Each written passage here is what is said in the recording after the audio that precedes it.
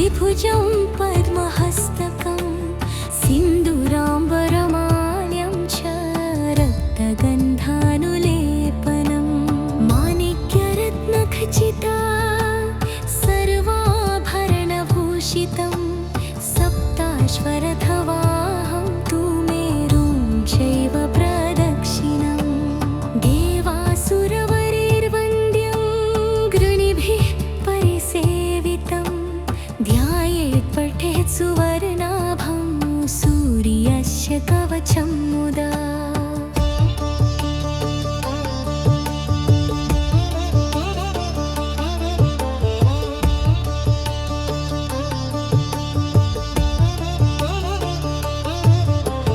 घृणिः पातु शिरोदेशे सूर्यः पातु ललाटकम् आदित्यो लोचने पातु श्रुतिः पातु दिवाकरः घ्राणं पातु सदा भानुः मुखं पातु सदा रविः जिह्वं पातु जगन्नेत्र कण्ठं पातु विभावसुः स्कन्धौ ग्रहपतिः पातु भुजौ पातु प्रभाकरः करावब्जकरः पातु हृदयं पातु नभो मणिः द्वादशात्मा कटिं पातु सविता पातु शक्तिनी उरु पातु सुरश्रेष्ठो जानुनी पातु भास्करः जंघे मे पातु मार्तण्डो गुल्फौ पातु थिशाम्पतिः पादौ दिनमणिः पातु पातु मित्रोऽखिलं वपुः आदित्यकवचं पुण्यमभेद्यं वज्रसन्निभं सर्वरोगभयादिभ्यो मुच्यते नात्र संशयः संवत्सरमुपासित्वा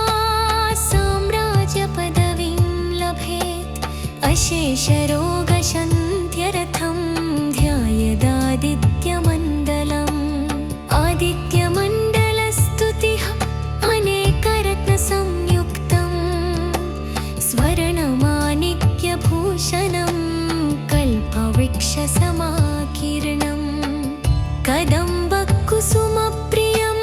सिन्दूरवर्णाय सुमण्डलाय सुवर्णरत्नाभरणाय तुभ्यं पद्मादिनेत्रे च सुपङ्कजाय ब्रह्मेन्द्रनारायण शङ्कराय संरक्तचूर्णं ससुवर्णतोयं सकुङ्कुमाभं सकुशं सपुष्पं प्रदत्तमादाय च हेमपात्रे प्रशस्तनादं भगवन् प्रसीद।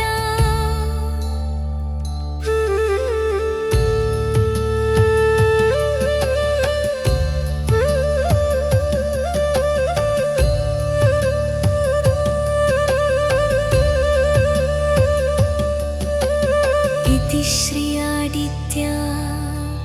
कवचं सम्पूर्णम्।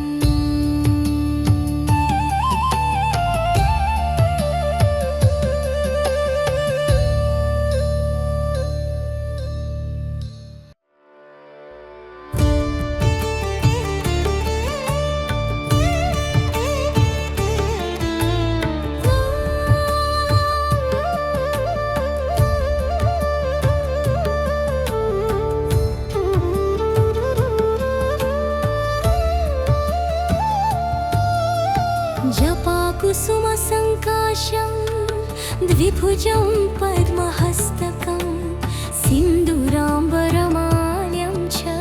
रक्तगन्धानुलेपनं माणिक्यरत्नखचिता सर्वाभरणभूषितं सप्ताश्वरथवाहं तु मेरुं चैव प्रदक्षिणं देवासुरवरेर्वन्द्यं गृणिभिः परिसेवितं ध्यायेत् पठेत् सुवर्णाभं सूर्यस्य कवचं मुदा।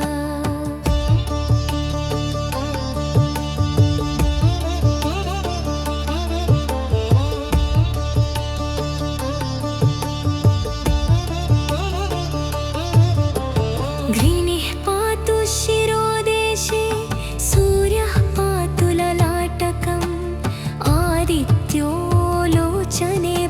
पातु श्रुति पातु दिवाकरः घ्राणं पातु सदा भानुः मुखं पातु सदा रविः जिह्वं पातु जगन्नेत्र कण्ठं पातु विभावसुः स्कन्धौ ग्रहपतिः पातु भुजौ पातु प्रभाकरः करावब्जकरः पातु हृदयं पातु नभो मणिः द्वादशात्मा कटिं पातु सविता पातु शक्तिनी उरु पातु सुरश्रेष्ठो जानुनी पातु भास्करः जंघे मे पातु मार्तण्डो गुल्फौ पातु थिशाम्पतिः पादौ दिनमणिः पातु पातु मित्रोऽखिलं वपुः आदित्यकवचं पुण्यमभेद्यं वज्रसन्निभं सर्वरोगभयादिभ्यो मुच्यते नात्र संशयः संवत्सरमुपासित्वा साम्राज्यपदवीं लभेत् अशेषरोगशान्त्यर्थं ध्यायेदादित्यमण्डलम् आदित्यमण्डलस्तुतिः अनेकरत्नसंयुक्तं स्वर्णमाणिक्यभूषणं कल्पवृक्षसमाकीर्णं कदम्बकुसुमप्रियं सिन्दूरवर्णाय सुमण्डलाय सुवर्णरत्नाभरणाय तुभ्यं पद्मादिनेत्रे च सुपङ्कजाय प्रामेन्द्रनारायण शङ्कराय संरक्तचूर्णं ससुवर्णतोयं सकुङ्कुमाभं सकुशं सपुष्पं प्रदत्तमादाय च हेमपात्रे प्रशस्तनादं भगवन् प्रसीद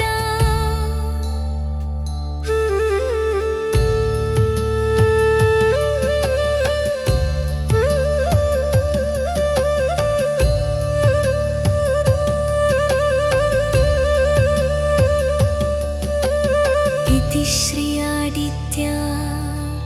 कवचं सम्पूर्णम्।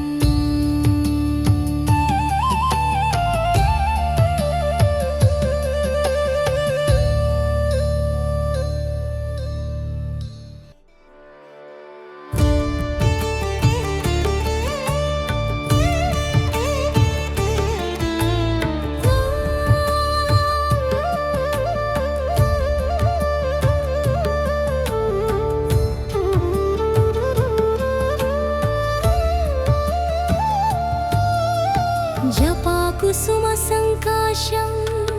द्विभुजं पद्महस्तकं सिन्दूराम्बरमाल्यं च रक्तगन्धानुलेपनं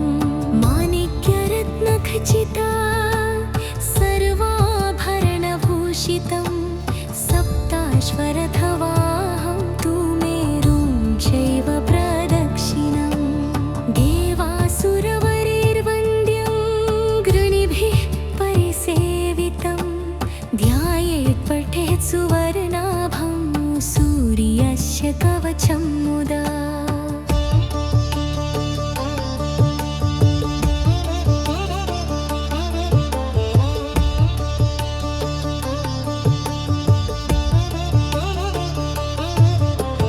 घृणिः पातु शिरोदेशे सूर्यः पातु ललाटकम् आदित्यो लोचने पातु श्रुति पातु दिवाकरः घ्राणं पातु सदा भानुः मुखं पातु सदा रविः जिह्वं पातु जगन्नेत्र कण्ठं पातु विभावसुः स्कन्धौ ग्रहपतिः पातु भुजौ पातु प्रभाकरः करावब्जकरः पातु हृदयं पातु नभो मणिः द्वादशात्मा कटिं पातु सविता पातु शक्तिनी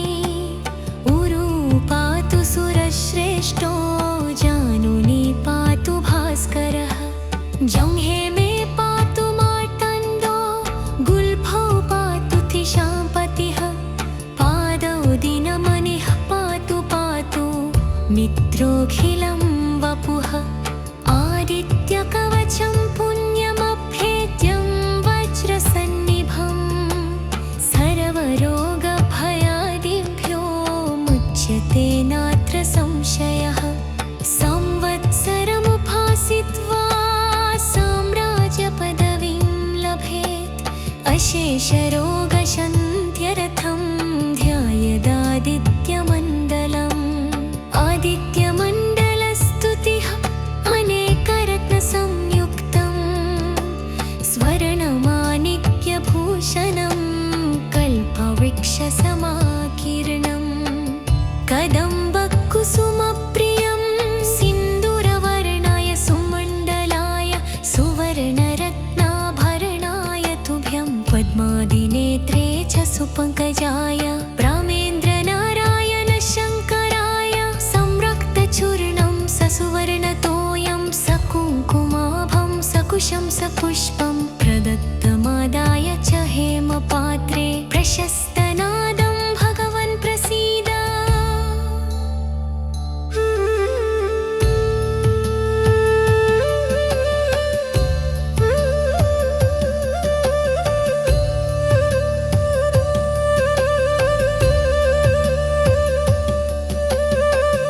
श्री आदित्य कवचं सम्पूर्णम्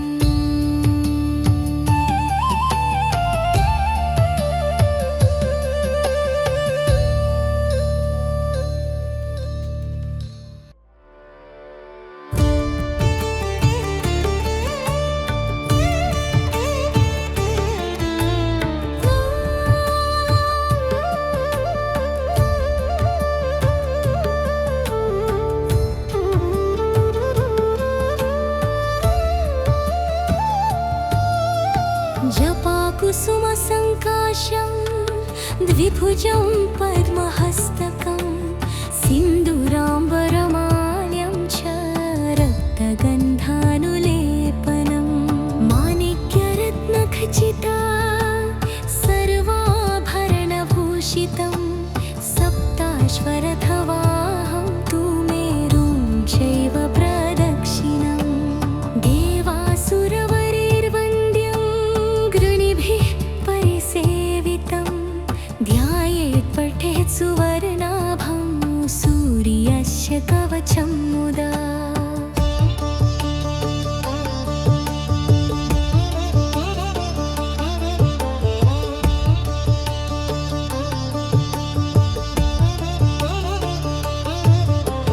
घृणिः पातु शिरोदेशे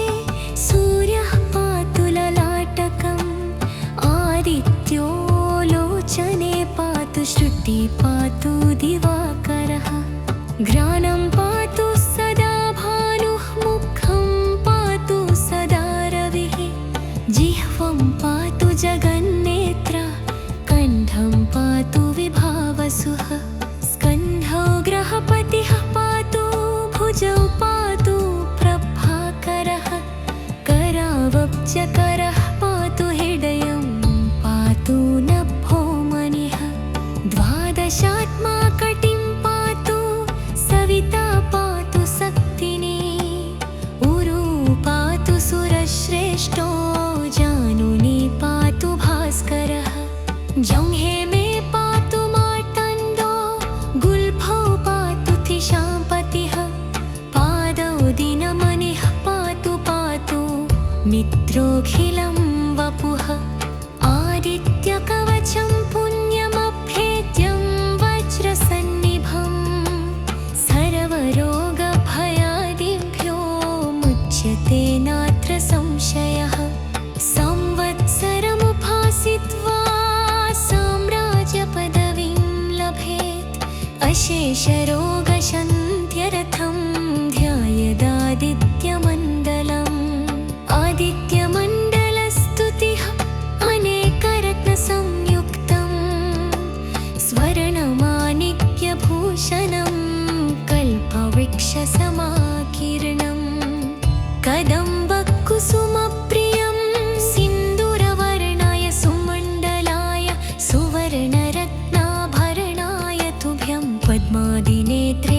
सुपङ्कजाय प्रामेन्द्रनारायण शङ्कराय संरक्तचूर्णं ससुवर्णतोयं सकुङ्कुमाभं सकुशं सपुष्पं प्रदत्तमादाय च हेमपात्रे प्रशस्तनादं भगवन् प्रसीद।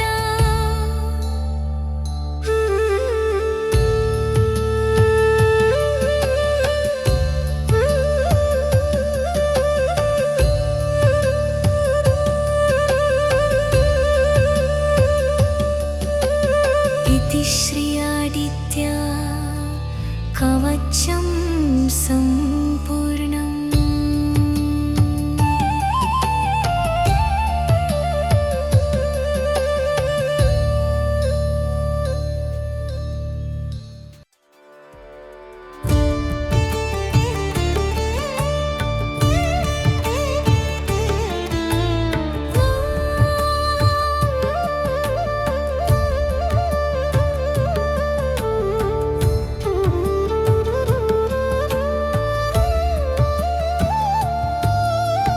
जपाकुसुमसङ्काशं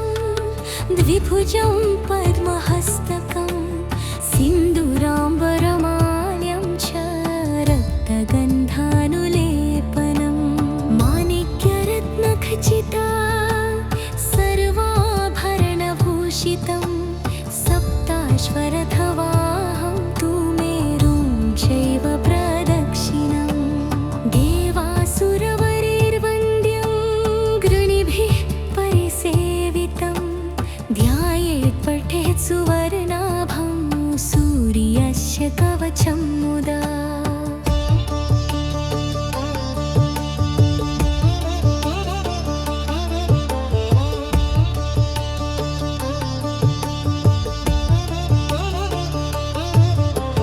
घृणिः पातु शिरोदेशे सूर्यः पातु ललाटकम् आदित्यो लोचने पातु श्रुति पातु दिवाकरः घ्राणं पातु सदा भानुः मुखं पातु सदा रविः जिह्वं पातु जगन्नेत्र कण्ठं पातु विभावसुः स्कन्धौ ग्रहपतिः पातु भुजौ पातु प्रभाकरः करावब्जकरः पातु हृदयं पातु नभो मनिः द्वादशात्मा कटिं पातु सविता पातु शक्तिनी उरु पातु सुरश्रेष्ठो जानुनी पातु भास्करः जंहे मे पातु मार्तण्डो गुल्फौ पातु थिशापतिः पादौ दिनमणिः पातु पातु मित्रोऽखिलं वपुः आदित्यकवचं पुण्यमभेद्यं वज्रसन्निभं सर्वरोगभयादिभ्यो मुच्यते नात्र संशयः संवत्सरमुपासित्वा साम्राज्यपदवीं लभेत् अशेषरोगशान्त्यर्थं ध्यायेदादित्यमण्डलम् आदित्यमण्डलस्तुतिः अनेकरत्नसंयुक्तं स्वर्णमाणिक्यभूषणं कल्पवृक्षसमाकीर्णं कदम्बकुसुमप्रियं सिन्दूरवर्णाय सुमण्डलाय सुवर्णरत्नाभरणाय तुभ्यं पद्मादिनेत्रे च सुपङ्कजाय प्रामेन्द्रनारायण शङ्कराय संरक्तचूर्णं ससुवर्णतोयं सकुङ्कुमाभं सकुशं सपुष्पं प्रदत्तमादाय च हेमपात्रे प्रशस्तनादं भगवन् प्रसीद।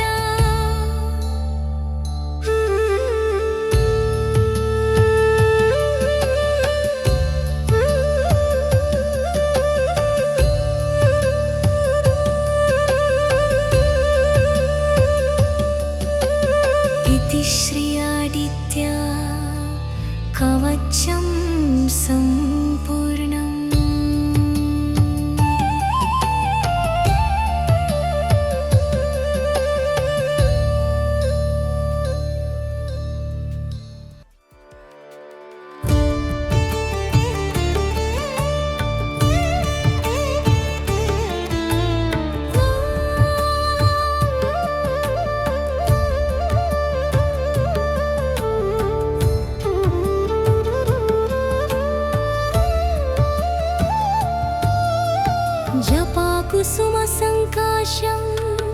द्विभुजं पद्महस्तकं सिन्दूराम्बरमाल्यं च रक्तगन्धानुलेपनं माणिक्यरत्नखचिता सर्वाभरणभूषितं सप्ताश्वरथवाहं तु मेरुं चैव प्रदक्षिणं देवासुरवरेर्वन्द्यं गृणिभिः परिसेवितं ध्यायेत् पठेत् सुवर्णाभं सूर्यस्य कवचं मुदा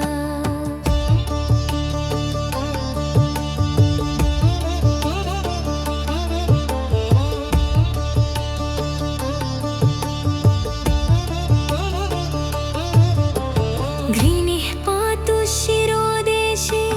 सूर्यः पातु ललाटकम् आदित्यो लोचने पातु श्रुतिः पातु दिवाकरः घ्राणं पातु सदा भानुः मुखं पातु सदा रविः जिह्वं पातु जगन्नेत्र कण्ठं पातु विभावसुः स्कन्धौ ग्रहपतिः पातु भुजौ पातु प्रभाकरः करावब्जकरः पातु हृदयं पातु नभो मणिः द्वादशात्मा कटिं पातु सविता पातु शक्तिनी उरु पातु सुरश्रेष्ठो जानुनी पातु भास्करः जङ्घे मे पातु मार्तण्डो गुल्फौ पातु थिशापतिः पादौ दिनमणिः पातु पातु मित्रोऽखिलं वपुः आदित्यकवचं पुण्यमभेद्यं वज्रसन्निभं सर्वरोगभयादिभ्यो मुच्यते नात्र संशयः संवत्सरमुपासित्वा साम्राज्यपदवीं लभेत् अशेषरोगशन्त्यर्थं ध्यायेदादित्यमण्डलम् आदित्यमण्डलस्तुतिः अनेकरत्नसंयुक्तं स्वर्णमाणिक्यभूषणं कल्पवृक्षसमाकीर्णं कदम्बकुसुमप्रियं सिन्दूरवर्णाय सुमण्डलाय सुवर्णरत्नाभरणाय तुभ्यं पद्मादिनेत्रे च सुपङ्कजाय प्रामेन्द्रनारायण शङ्कराय संरक्तचूर्णं ससुवर्णतोयं सकुङ्कुमाभं सकुशं सपुष्पं प्रदत्तमादाय च हेमपात्रे प्रशस्तनादं भगवन् प्रसीद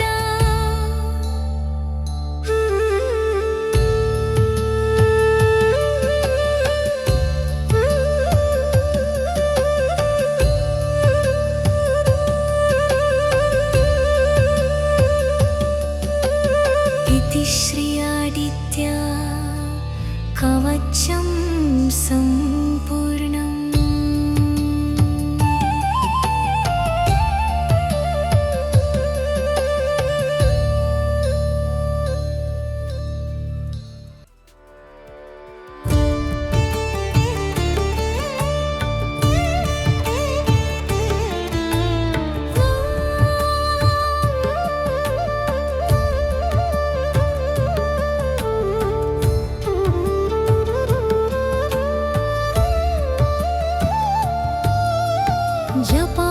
जपाकुसुमसङ्काशं द्विभुजं पद्महस्तकं सिन्दूराम्बरमाल्यं च रक्तगन्धानुलेपनं माणिक्यरत्नखचिता सर्वाभरणभूषितं सप्ताश्वरथवाहं तु मेरुं चैव प्रदक्षिणं देवासुरवरेर्वन्द्यं गृणिभिः परिसेवितं ध्यायेत् पठेत् सुवर्णाभं सूर्यस्य कवचं मुदा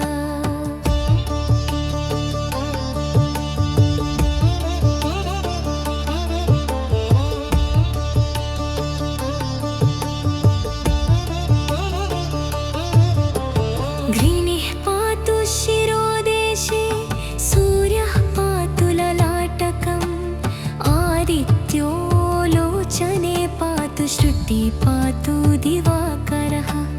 घ्राणं पातु सदा भानुः मुखं पातु सदा रविः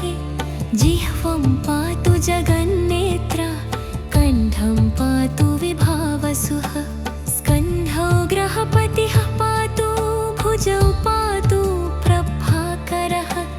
करावब्जकरः पातु हृदयं पातु नभो मनिः द्वादशात्मा कटिं पातु सविता पातु शक्तिनी उरु पातु सुरश्रेष्ठो जानुनी पातु भास्करः जंघे मे पातु मार्तण्डो गुल्फौ पातु थिशापतिः पादौ दिनमणिः पातु पातु मित्रोऽखिलं वपुः आदित्यकवचं पुण्यमभेद्यं वज्रसन्निभं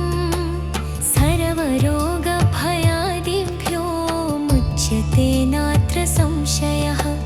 संवत्सरमुपासित्वा साम्राज्यपदवीं लभेत् अशेषरोगशन्त्यर्थं ध्यायेदादित्यमण्डलम् आदित्यमण्डलस्तुतिः अनेकरत्नसंयुक्तं स्वर्णमाणिक्यभूषणं कल्पवृक्षसमाकीर्णं कदम्बकुसुमप्रियं सिन्दूरवर्णाय सुमण्डलाय सुवर्णरत्नाभरणाय तुभ्यं पद्मादिनेत्रे च सुपङ्कजाय ब्राह्मेन्द्रनारायण शङ्कराय संरक्तचूर्णं ससुवर्णतोयं सकुङ्कुमाभं सकुशं सपुष्पं प्रदत्तमादाय च हेमपात्रे प्रशस्तनादं भगवन् प्रसीद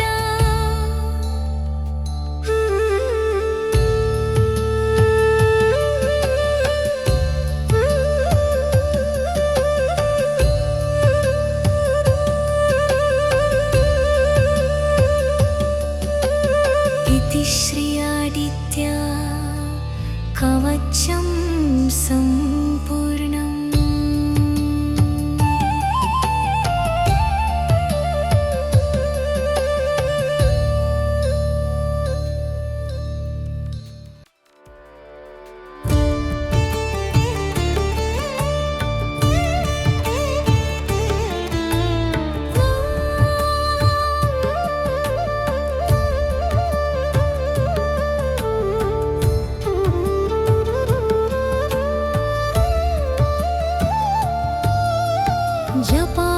जपाकुसुमसङ्काशं द्विभुजं पद्महस्तकं सिन्दूराम्बरमाल्यं च रक्तगन्धानुलेपनं माणिक्यरत्नखचिता सर्वाभरणभूषितं सप्ताश्वरथवाहं तु मेरुं चैव प्रदक्षिणं देवासुरवरेर्वन्द्यं गृणिभिः परिसेवितं ध्यायेत् पठेत् सुवर्णाभं सूर्यस्य कवचं मुदा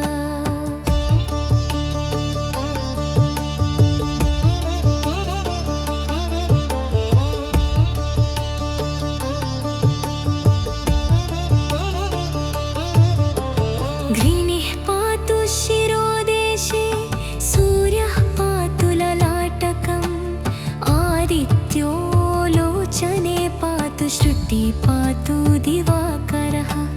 घ्राणं पातु सदा भानुः मुखं पातु सदा रविः जिह्वं पातु जगन्नेत्रा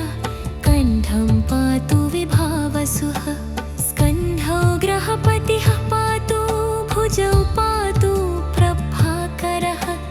करावब्जकरः पातु हृदयं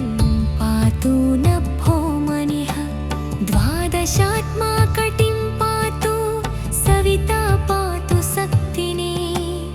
उरु पातु सुरश्रेष्ठो जानुनी पातु भास्करः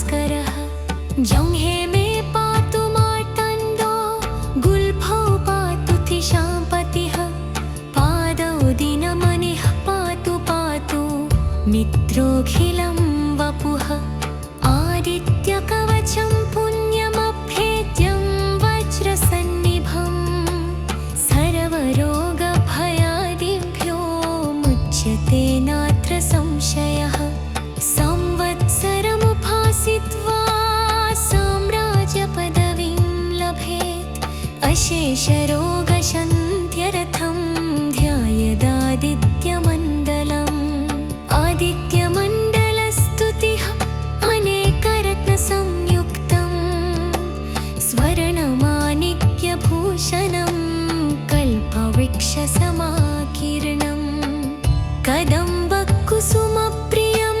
सिन्दूरवर्णाय सुमण्डलाय सुवर्णरत्नाभरणाय तुभ्यं पद्मादिनेत्रे च सुपङ्कजाय ब्राह्मेन्द्रनारायण शङ्कराय संरक्तचूर्णं ससुवर्णतोयं सकुङ्कुमाभं सकुशं सपुष्पं प्रदत्तमादाय च हेमपात्रे प्रशस्तनादं भगवन् प्रसीद।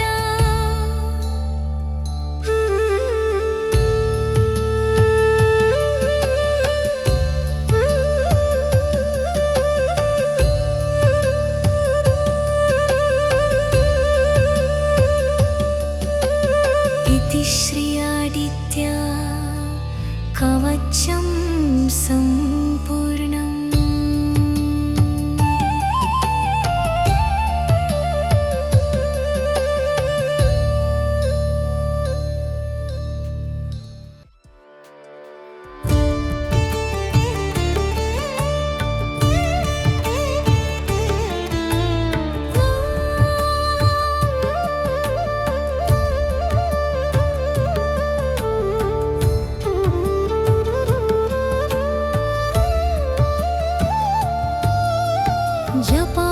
जपाकुसुमसङ्काशं द्विभुजं पद्महस्तकं सिन्दूराम्बरमाल्यं च रक्तगन्धानुलेपनं माणिक्यरत्नखचिता सर्वाभरणभूषितं सप्ताश्वरथवाहं तु मेरुं चैव प्रदक्षिणं देवासुरवरेर्वन्द्यं गृणिभिः परिसेवितं ध्यायेत् पठेत् सुवर्णाभं सूर्यस्य कवचं मुदा।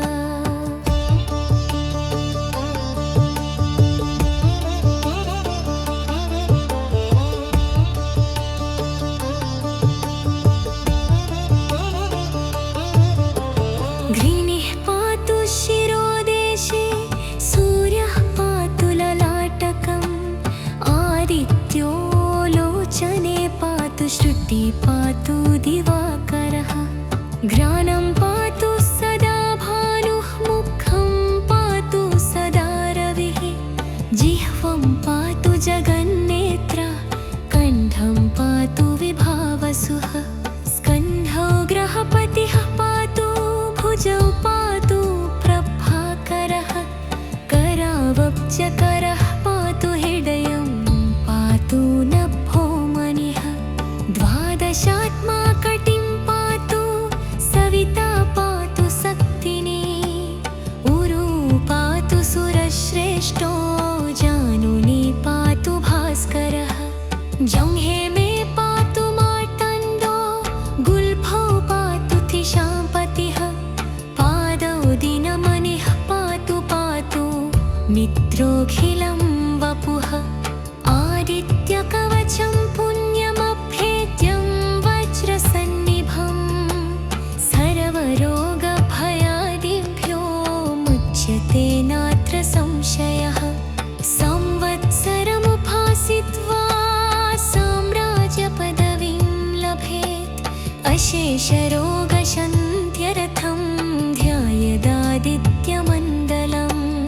आदित्यमण्डलस्तुतिः अनेकरत्नसंयुक्तं स्वर्णमाणिक्यभूषणं कल्पवृक्षसमाकीर्णम् कदम्बकुसुमप्रियं सिन्दूरवर्णाय सुमण्डलाय सुवर्णरत्नाभरणाय तुभ्यं पद्मादिनेत्रे च सुपङ्कजाय ब्राह्मेन्द्रनारायण शङ्कराय संरक्तचूर्णं ससुवर्णतोयं सकुङ्कुमाभं सकुशं सपुष्पं प्रदत्तमादाय च हेमपात्रे प्रशस्त